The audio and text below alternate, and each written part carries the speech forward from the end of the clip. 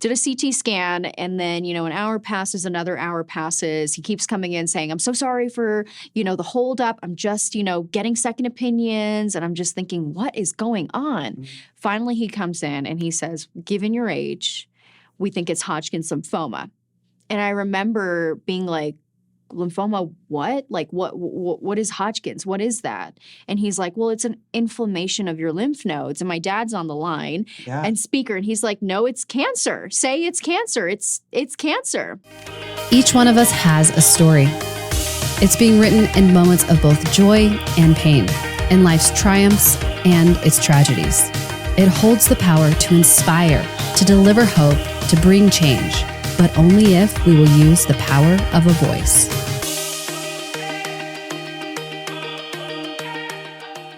Natasha, I always say everybody has a story. You have multiple stories. So let's go back when you were a little girl, and what did you want to be when you grew up? I always wanted to be a doctor when I grew up, because I looked up to my dad, and my dad is a doctor. And so for me, that's everything I wanted to do. My dad, when we were young, I remember being like 9 or 10 years old, he would say, it's Saturday morning. I'm going to go for rounds to see patients. You want to come with? And I thought that was the coolest thing ever, to go to the hospital and see, just follow him around, see him go from floor to floor and wait outside the patient room and sit in the doctor's lounge. And I thought it was so fun. And that's what I wanted to do. I wanted to be like my dad, and I wanted to be a doctor. And I went to college, and I got my degree in biology pre-med. But while I was on campus at UT Austin, University of Texas, I discovered a TV station that was run completely by students, Texas Student Television. And I walked in there the summer before I started school, my freshman year, and I saw that they had an evening newscast, and they were looking for anchors. And I also noticed that they didn't have a morning show, and I love morning TV. And so I launched a morning show there, of course. What happened to the doctor part? Exactly. So I'm doing pre-med courses. I'm running across campus. I mean, it's a 40-acre campus. I'm doing biology, organic chemistry, biochemistry, physics lab. I'm doing all these classes. And then I'm running over to the other side of campus, and I picked up a second major in broadcast journalism. And so I'm doing a dual degree now. And there comes a crossroads when I graduate of what is it that I really want to be? Do I want to go into medical school, or do I want to pursue journalism? Mm-hmm. And I found my love and passion for journalism, and that's what I decided to pursue. And I went to Columbia University to get my master's in broadcast journalism. And 10 years or so later, here I am, still loving what I do. Do you want to be a doctor still? I do not. I do not. No. I am not a fan of blood. I'm scared of needles. Oh my gosh. And so there's many things that I learned, and those being the foundation definitely told me that I wouldn't be good in an operation room or as a doctor. So at what point did you learn that in medical school? Yeah. And, before I would do rotations, leading up to med school. And I came to that realization that just it wasn't for me. But I will say, given that we've had this COVID pandemic, when I was reporting for NBC in Florida, the Ebola, there was Ebola that came out, and people were worried about that. At least I had that medical knowledge, or pre-medical knowledge, and biology degree has kicked in and helped me with a lot of health reporting, especially during the pandemic. So it came into use somehow. Okay, but you're a smarty pants because you fast tracked. What age did you graduate? So I started UT when I was 15 years old, and I graduated. I was the youngest graduate from the University of Texas at 17. I'm actually going back there. They're honoring me as an outstanding young graduate. Oh, how fun! Yep, of 2022 of UT Texas X's.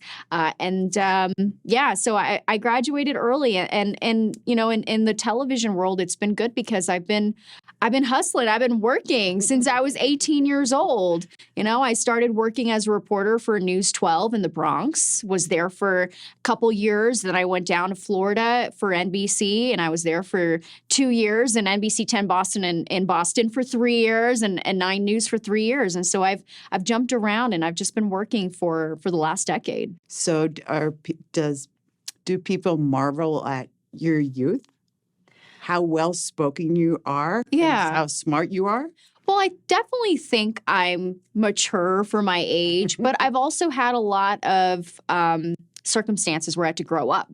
I went through cancer when I was 23 years old. And, I had the opportunity to see priorities shift before my eyes. I went through a traumatic experience early on in my 20s.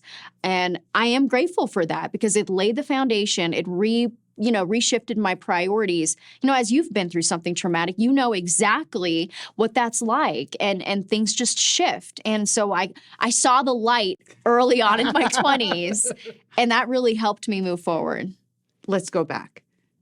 How did you have cancer, had cancer? How did you find out? What happened? So this was August of 2017 in Boston, and I was working the morning show for NBC Boston. And I wake up one morning in August, right before my 2 a.m. shift, and I sit up in bed and I feel this shooting pain down the left side of my arm. And I'm like, God, that really feels weird. And I feel in the area, and I feel a lump, like a lump on my collarbone, to the point where you really couldn't see my collarbone, but you could see it on this side. So there was a lump there. All of a sudden. Yes. One morning. I had not ever seen this before. And the morning before, I had gone to the gym, and this was the first time I went to the gym in a few months. And maybe I went too hard in the gym, or I lifted too heavy of a weight. Maybe that, the oncologist believes that I might have ripped something here, and that's how the tumor presented. Because when we looked back at, the PET scan, it showed that that was the tip of the iceberg. I had a tumor on this side, and a whole mass growing in my chest. But of course, I didn't know it at the time. I didn't have any symptoms. I didn't have any night sweats, any of the, the routine symptoms that you would see, in lymphoma. So that morning, I remember going to work, got ready, going to work. I hit like every red light. And as I'm sitting there, I'm like feeling this like it's like a nerve ending type pain, not a muscular pain or anything like that. It was just like a shooting. So, I do the morning show, and at the end of the show, I call my dad, and he's, my dad is my biggest advocate, and he's kind of my doctor too. And so I told him, like, I felt this lump, and I'm getting pain. He definitely did not like the sound of that, because both of his parents, my grandparents, passed away from cancer, pancreatic cancer and mouth cancer. Mouth? Oral cancer. Oh, wow. And so he suggested that I go see a doctor because he couldn't get an idea of it. So I remember going to the first doctor, who told me, it's moving around. That's a good thing. I'm going to give you pain medications, and you can go on your way. So I took pain meds that week. And the pain, of course, was treated. The shooting pain went away, but the lump was still there. And I remember sitting that weekend, sitting at a Red Sox game at Fenway in the crowd, and taking a deep breath and not being able to feel my lungs, just feeling a little bit of a pushback. And I had just this feeling, my intuition said something is wrong. So that following Monday, I went to another doctor. What kind of doctors are you going to? These are general doctors, just general practice and urgent care. And so I went to another doctor, and the same doctor walks into the room and says, "Oh, I definitely feel a lump. But given your age, 23, sweetie, you're going to get bumps and bruises all over your body. You don't Sweetie. Yeah. You don't need to come in for every single one of them." And so I felt very dismissed. But I asked him, "Well, what's the lump?" Well, I don't know. Could be a number of things. Could be a cyst from, could be a sprain from going to the gym, or injury. Okay, but that still sounds so unsure. You don't have any answers to my question. I point blank told him, "I think it's cancer. Do an ultrasound." And he's like, "Well, I'm not going to do an ultrasound. You can go get that done by your dad in Texas." And I'm like, "I'm not going to go to Austin for another month, and you've got a machine here. I'd like to just see what's going on." You have to fight your way. I had to fight and twist his arm just to get an ultrasound. Mind you, my dad was on speakerphone telling him just to get telling him, like, "Why don't you order her a CT scan?" And he goes, "Well, in America, we don't just jump to CT scans." And my dad's been a doctor for over 30 years, of experience. Wow. And so I get an ultrasound because just very random that day. It happened to be the solar eclipse. So a lot of people were outside, like looking at the sun or whatever. And, they had open beds. And so I get an ultrasound and I'm sitting there and the technician, she's going over it and she brings in a second person for a second opinion. And that's when I start to think, oh, what's going on here? And so I go back into the examination room and the doctor comes in, and this time completely different demeanor. I mean, looks like the color is drained from his face. And he goes, well, we found an inflamed lymph node and we need to get a CT scan. Oh, thank you. Right. And I'm like, okay, well, let's do it. Did a CT scan. And then, an hour passes, another hour passes. He keeps coming in saying, I'm so sorry for, the holdup. I'm just, getting second opinions. And I'm just thinking, what is going on? Mm-hmm. Finally, he comes in and he says, given your age, we think it's Hodgkin's lymphoma. And I remember being like, lymphoma, what? Like, what is Hodgkin's? What is that? And he's like, well, it's an inflammation of your lymph nodes. And my dad's on the line and speaker. And he's like, no, it's cancer. Say it's cancer. It's cancer. And he's like, yes, it is cancer. And I have a flood of thoughts coming in my head because I expected to walk in and leave with some medication and go on my way. I didn't expect to walk in and leave with a cancer diagnosis. And so were you glad your dad was on the phone? Absolutely. I mean, I'm glad that I had someone to advocate for me because, a lot of young people will dismiss getting sick. I was starting my career, I was up for promotions. I wanted to do a great job. I was very into my career. Where's that doctor today? This doctor, I know, I won't say his name, but I still remember his name. I'm sure you do. He had emailed me, during my treatment and said, my fiance and I are thinking about you, but that I always tell young people or anyone at any age that you have to advocate for your health. You have to get your questions answered. It's your health, and things can be misdiagnosed, things can be overlooked, and at the end of the day, it's you, and you're your best advocate. And so you really have to speak up and get every question answered. Did your gut tell you? My gut? Oh, yeah. And listen to your body and listen to your gut. And I listened to my body. I knew something was wrong. Someone doesn't just have a lump show up, and why, So I really paid attention and I knew something was up. I felt it. So the treatment. Mm-hmm. What's that like? Yeah. So after I was diagnosed, it was just we think it's cancer. I still had to get a biopsy to find out what kind of cancer. And so a few days later, mind you, this is the same week that Hurricane Harvey has hit Victoria and has hit my family's clinic. And so they're in disarray dealing with this, Cat 5 hurricane that's hitting this tiny town in Victoria. And I'm dealing with this in Boston, and my dad's with me, thankfully.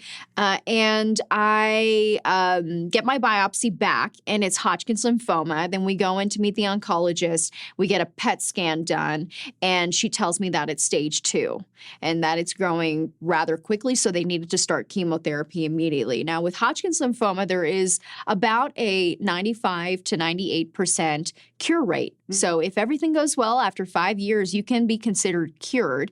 And it's a pretty straightforward regimen. I think we were following a UK study, and that showed that if we followed an ABVD regimen, it's a cocktail of chemo drugs, that I would, that would be good for me to do at my age. So you're going to treat this, and this? Yeah. So this part, the mass in my chest, was the concern.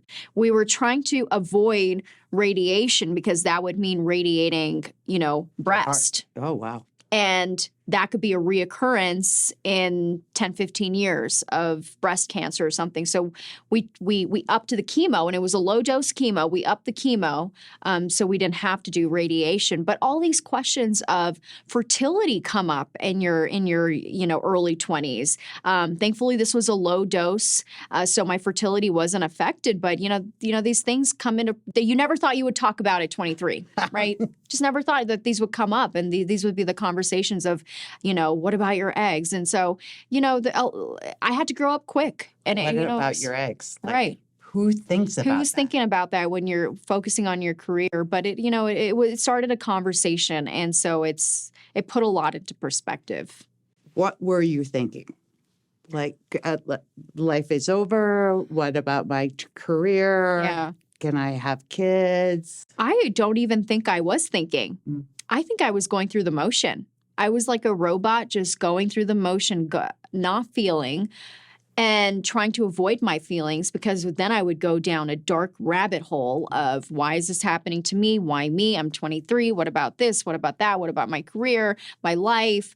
What's next? And then all of a sudden, second treatment, my hair is gone. My hair goes, my eyebrows go, my eyelashes go. I'm looking in the mirror thinking, oh my God, I look like Gollum from Lord of the Rings. I'm like, I don't even recognize this person.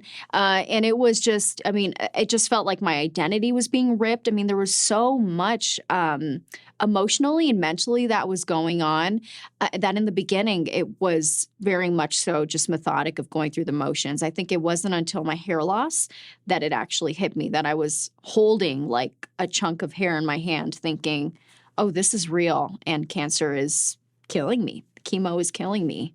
Did you work? Were you working the whole time? So I was not, but I thought I could. I was very naive. I was like, you know what? This is fine. I'll do chemo in the morning and then go to work after. But the pain that came from chemo was crippling. I couldn't do anything. What kind of pain? Yeah, so I experienced pain from my jaw to my esophagus to every single part in my body down to like my heels. And basically my oncologist said it's as if I had too much fluid in my bones. Well, where is your bone supposed to go if you have too much fluid? So it was just a crazy amount of pain. I just sometimes the day after chemo would just sit in bed and be like, I felt like a Mack truck hit me. Everything just writhed in pain.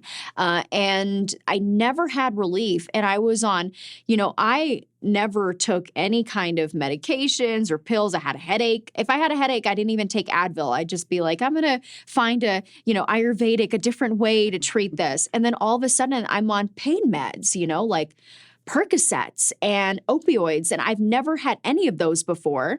And they just handed me a couple of them. Go take them after I got my port put in, which is through which they put the chemo. So that was implanted in me, and and then after that procedure, they handed me 2 oxys.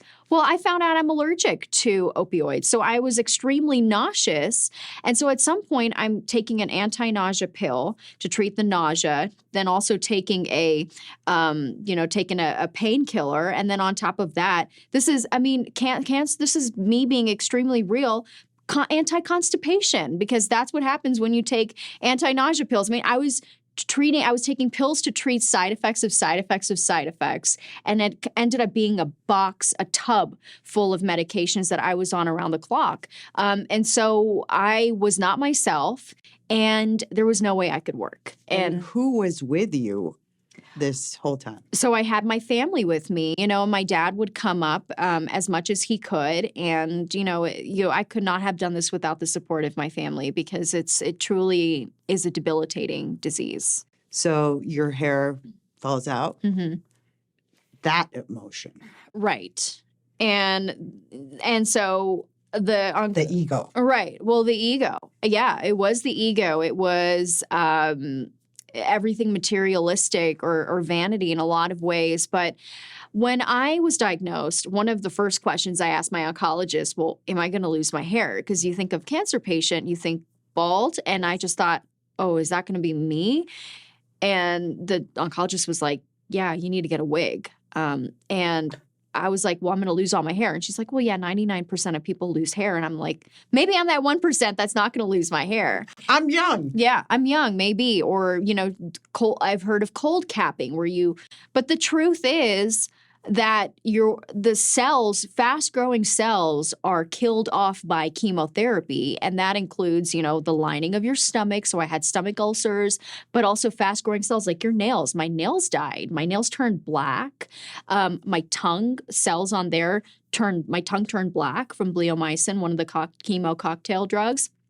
fast growing cells like my hair, killed that off too. And so it was inevitable that I was going to lose hair, but I couldn't come to terms. And so I went to a wig shop, and I remember sitting there, and this lady puts a blonde wig on me, and she's like, "You look so cute and blonde. Why don't you try blonde?" I remember just thinking, I don't want to be blonde. I want to have my brown hair back. I want to be me again. I want to be normal. I don't want to be in this situation. I'm not looking to experiment with my look. I don't want to be right here right now. You think I want to be in a wig shop right now? No, and they just like didn't understand. And I had to pay for that wig, still. And it was synthetic wig. So it was fake hair. I still had to pay $400 for it. And I hated it. I hated the hairline. It was itchy. It didn't look like me. It looked like shiny fake hair. And I kind of threw it in the back of my closet and symbolically threw it in the back of my mind. Until go back to the wig store. Did the woman have any compassion for you? Well, I mean, first of all, they call them cranial prosthetics. That's what they say. They call it a cranial prosthetic. That's a bad word. I know. It's a very medical term. And so she's like, well, she had maybe from here to up there, boxes full of wigs. She's like, well, a patient had this wig and this wig and this wig. And I mean, she was being as helpful as she could be, but I guess I wanted to be myself again, and I wanted to have a sense of normalcy in my world that was no longer normal. Yeah. It was all turned upside down because of cancer. I throw the wig in the back of my closet, and my oncologist said it's going to be the first treatment happens and I don't lose my hair, and I'm so happy. I'm that 1%. I didn't lose my hair. And then the second treatment happened. And like clockwork, 24 hours after my chemo, I wake up and there are pieces of long strands of hair on my pillow. And so I look at my pillow and I'm like, it's happening. When I go get breakfast, and I'm sitting on a chair, and I get up and there's pieces left there. And my sweet dad has his the lint roller. Oh. Don't worry about it. It's just hair. It'll grow back. Don't worry about it. Don't worry about it. Just keep on. And then I decide I start to comb my hair and things start coming out. And then really the icing on the top was I took a shower. And as I'm shampooing, I mean, painlessly, fistfuls of hair just wrapping around my hands, and just were tears falling down like the shower? I think I was crying for sure. I was in shock. I was in total trauma. And I mean, when hair is actively coming out of your head, you're like, oh my God, what's happening? I had it was a very traumatic experience. I had hair extensions at the time, and they were taped in. So the dead hair was collecting onto the extensions. And so I had a nest of dead hair. And so it was horrifying. And I had to sit there and finally combed everything out. And I was bald. That's how it happened. And I had extreme thinning. I had a few hairs left. My mom likes to call those my strong supporters that held on. But for the most part, yeah, my hair was gone. And it was, I mean, the first time just looking at that hairbrush with the hair, just my hair, my identity, just who I am. And I just felt like that was being ripped away. And it's at a point I thought to myself, what else is cancer going to take away from me? It's taking away my livelihood, who I am. So when did you get over that? Well, never, because I stopped looking in the mirror after a point. Oh. Because every time I'd look in the mirror, and that's the other thing too, is so I would have chemo every 14 days. So 12 out of the 14 days, I felt horrible, felt really, really sick. But 2 days, right before I started chemo again, I felt pretty good. I felt pretty okay, I feel normal. I'm not in pain today. And I feel like I can eat. I had an appetite. I could eat whatever I wanted. I felt free to eat whatever I wanted to eat. I felt good. But when I look in the mirror, it was a disconnect. I looked so sick, but I felt good. And it was this mind-body disconnect. And so I just stopped looking in the mirror. And when I wanted to go out, I would put on that got that wig out from the closet. The blonde or brunette? The brunette. I ended up going with brunette, black hair, and I put that on. But it still looked so fake. It just didn't look real. I didn't like the hairline. I felt like everyone was going to look at me and be like, is she wearing a wig? Is she sick? Why is she wearing a wig? What's going on? And I just wanted to fit in and be normal and not have these unwanted looks. And then I also just felt like, what am I going to do? Like, just very anxious, like going out into a social setting. So I put a baseball cap on top of that wig, and it looked pretty real. I mean, it just looked like hair was coming out from a baseball cap. No one really looked at me funny, and I looked normal. But it was still so itchy on the scalp. And so when we got to thinking, when I got to thinking, like, what can I do to give back? I've gone through chemo, and I've realized that there is an obvious gap in resources for women who are looking for wigs. What can I do? And it occurred to me that hair loss was the most difficult part for me in chemotherapy. Mm-hmm. And that's where I wanted to focus my efforts, because although we don't always talk about hair loss in chemo, and we're focused on other side effects, I mean, the amount of emotional trauma that hair loss brings to a woman going through cancer. Safety net, right? Exactly. And we don't talk about that enough, and we don't focus on quality of life enough. Sometimes nonprofits, rightfully so, are focused on research, finding a cure for cancer, which of course we all want a cure for cancer. I didn't want to go through it, but until we get that cure, what about all these women waking up in the morning, looking in the mirror, not loving what they're seeing, slipping into depression? Where's that quality of life, and where's that care?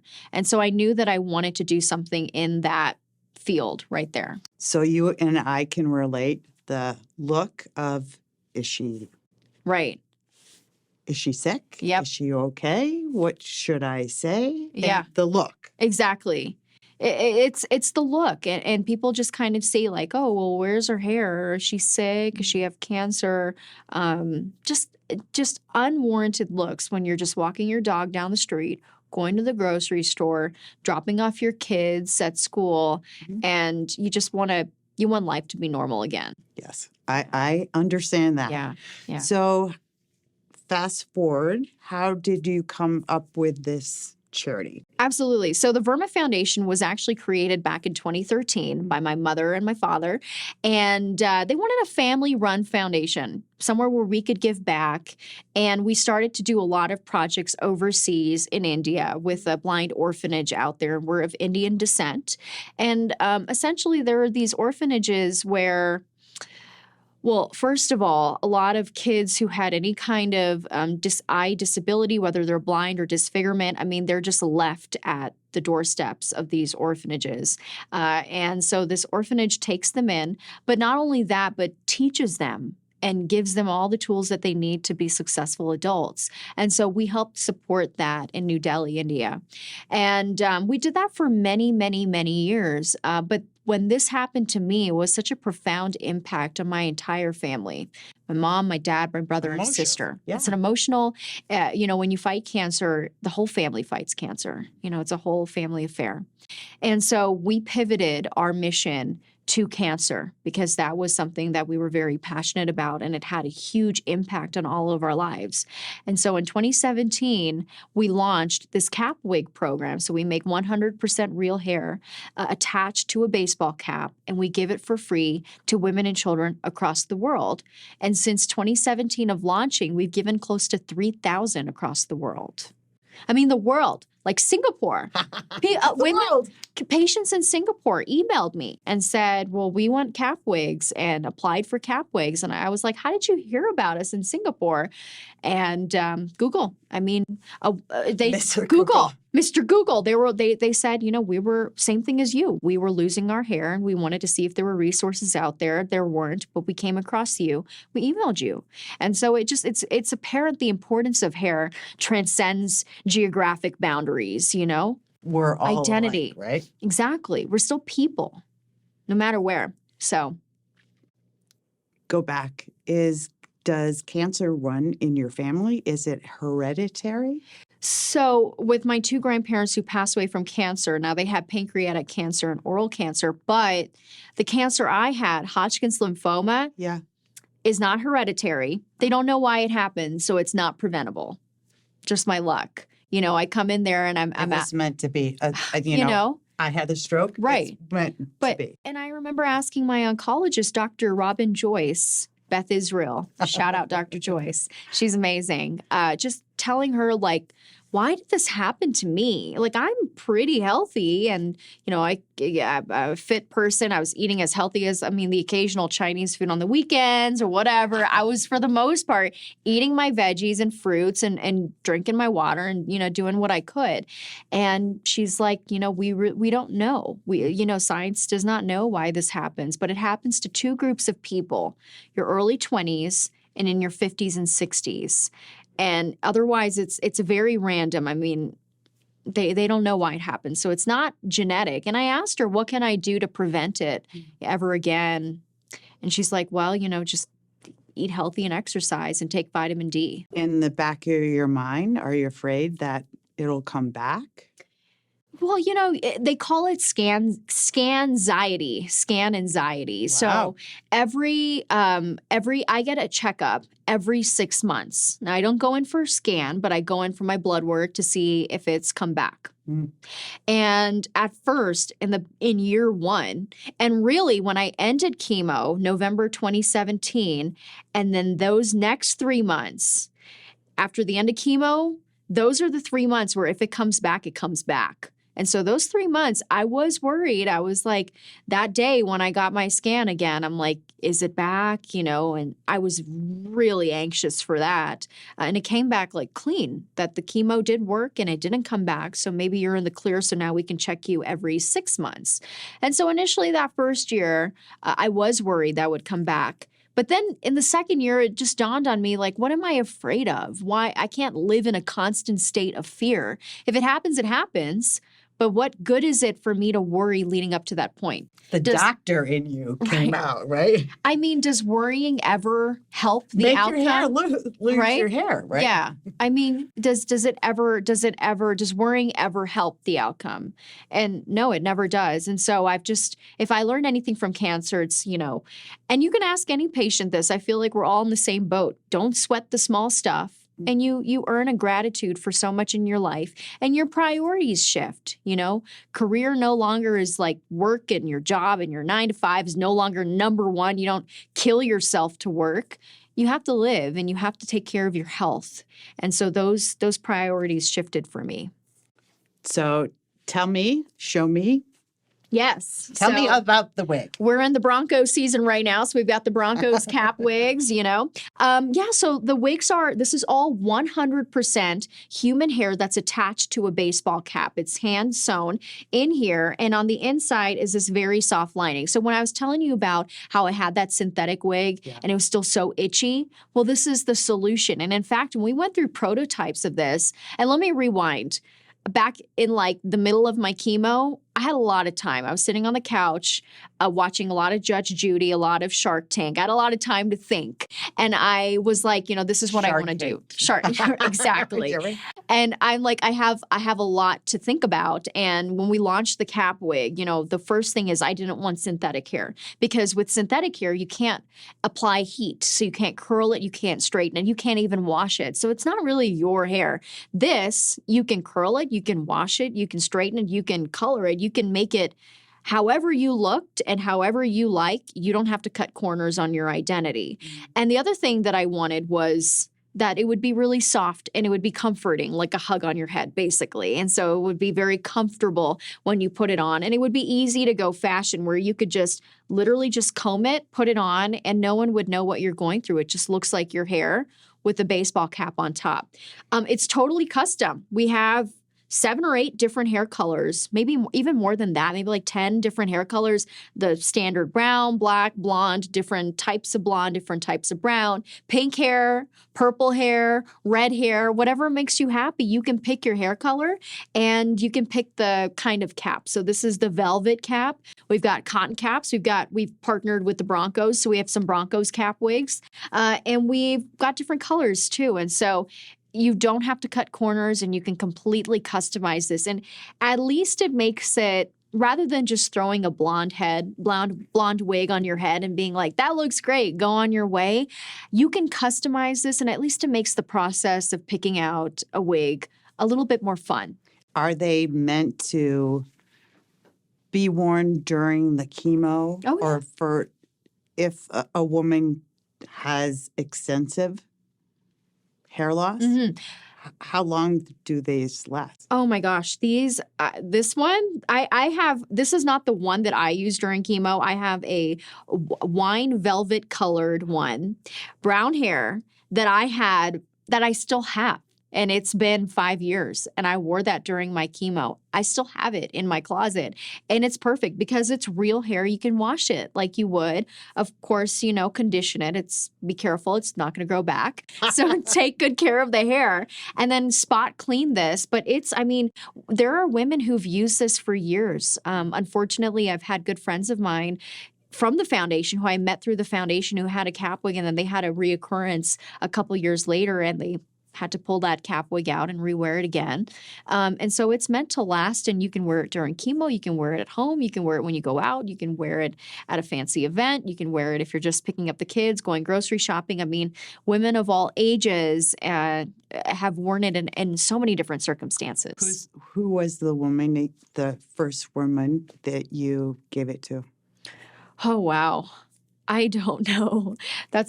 Did she cry? That's a good question. I can remember, some of my close friends who I gave this to. And again, when I say close friends, these are women, strangers who I met through the foundation, who I then met in Boston and gave them the cap wig.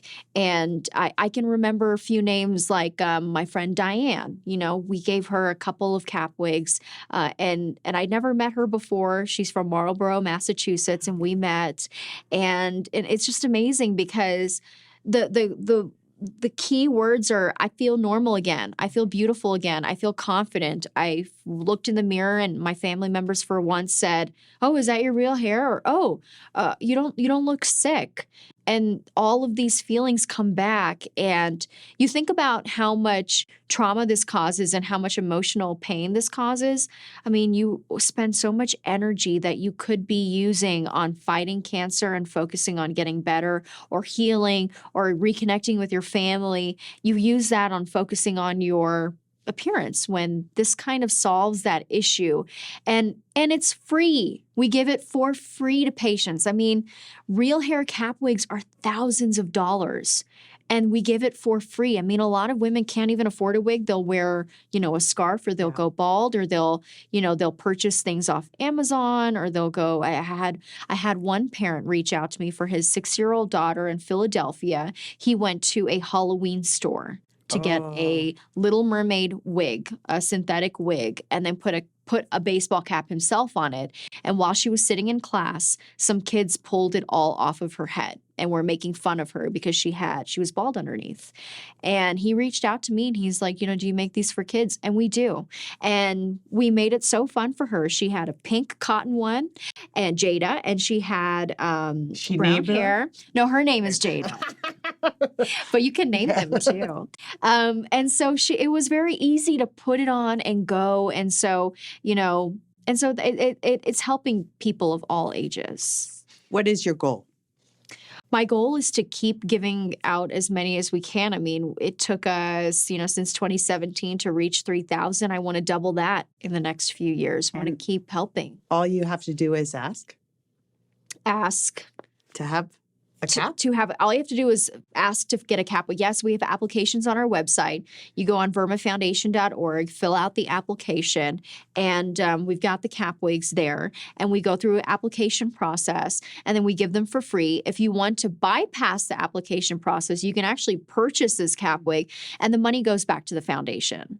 And so there's different ways, because when I launched this, a lot of women who experienced alopecia but didn't go through cancer reached out and said, well, I'm losing my hair too. Can I have a cap wig? Our mission is to give it for free to those going through cancer, because that is a very specific journey. However, Your journey? Yeah. And however, we did not want to close the door to other people who might have that need of hair loss. And so it's still open. And so whoever wants to get one can go on the website, and they'll just have to pay. But again, it'll go back to the foundation. So you have fundraisers and Yes. events. Tell me about those. So we do. We try to have a couple of major fundraisers a year. The pandemic slowed things down. The pandemic was really hard because we had 10 times the amount of applications come in.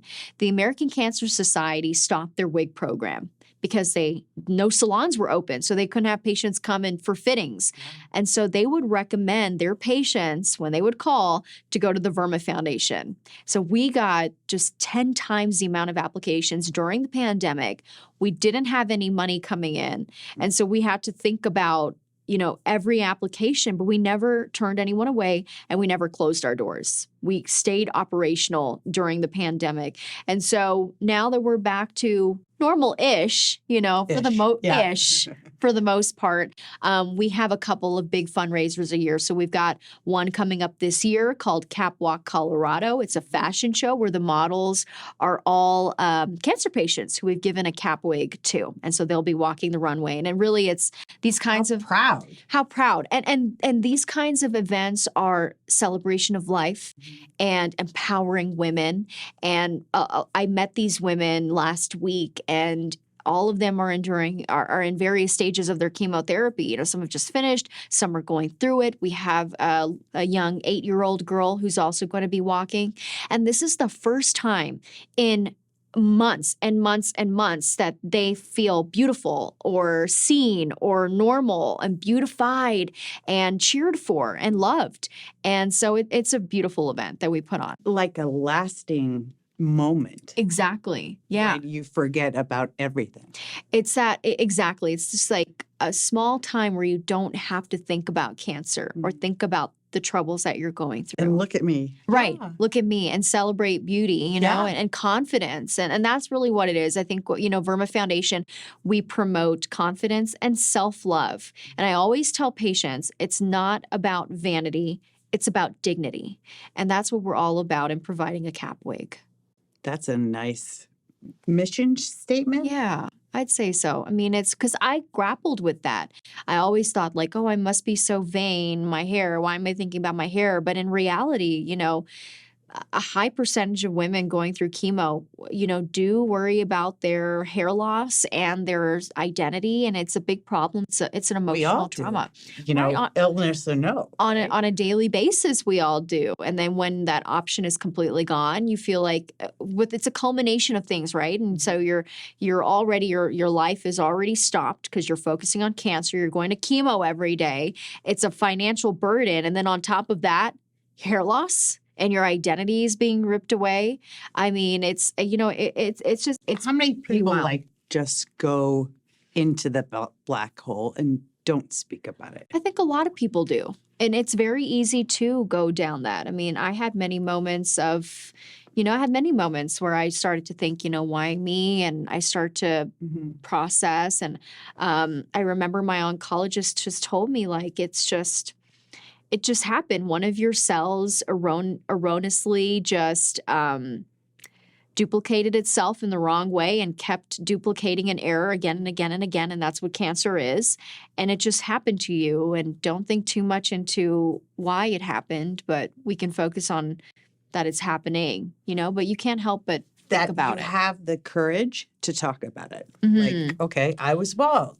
Mm-hmm. I do now, but I didn't at the time because I went pretty dark on social media. I left NBC Boston. I took a leave, and I didn't announce it to anyone, any of the viewers, because I didn't know what was happening with me. I was in a state of shock. There were a lot of twists and turns. I showed up on what I thought was the last day of my chemo, only for my oncologist to say, we need 2 more treatments. It's not completely out of the park. And so I didn't know what was going on. And so I I'd look on social media and I'd see people with hair in Europe and vacations and having fun and posting with their, posting fashions and all this stuff and living life. And I just watched as life just passed me. And here I was, in pain and just sitting there. And I felt so betrayed by my body because my mind was still working and there's so much that I wanted to do, but my body couldn't get it together. And how do your dad feel? I can't cure my daughter? Well, being a doctor, he knew the situation, but he also said something that was like, that really got to me. He said that I prayed to God that God would have given me cancer instead of you. Mm.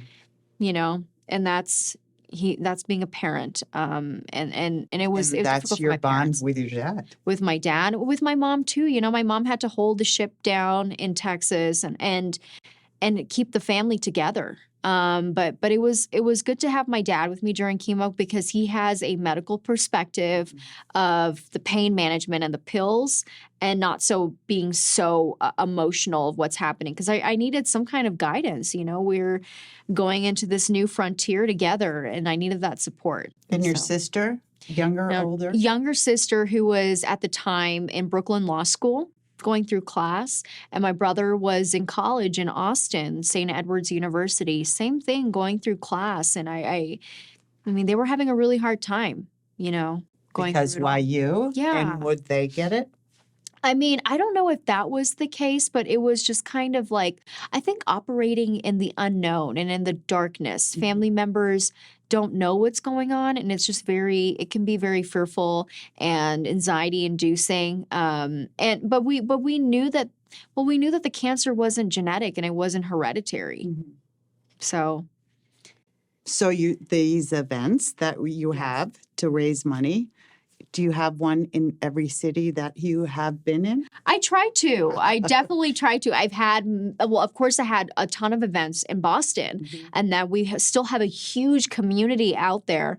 I'd love to have another event in Boston. We have so many supporters there. We have a whole Boston team for the foundation.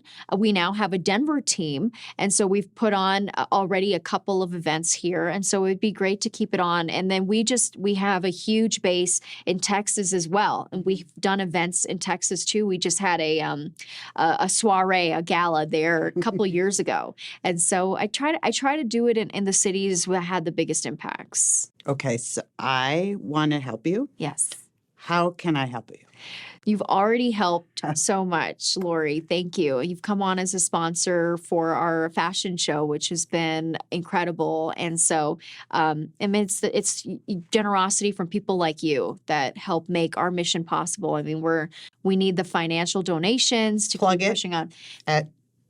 Log on to vermafoundation.org. Log on to vermafoundation.org to donate.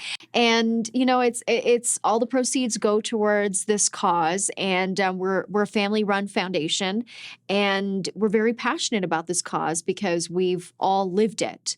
And I know firsthand what it's like for a woman to lose their hair. So when I read these applications or I talk to these patients, it's more than just hair loss. I lived it. I know what it's like, and I know those feelings, and I know how important this cap wig is and what it means. It's more than just hair. It's a gift of confidence, it's hope, and it's a light in a time that's really difficult for so many.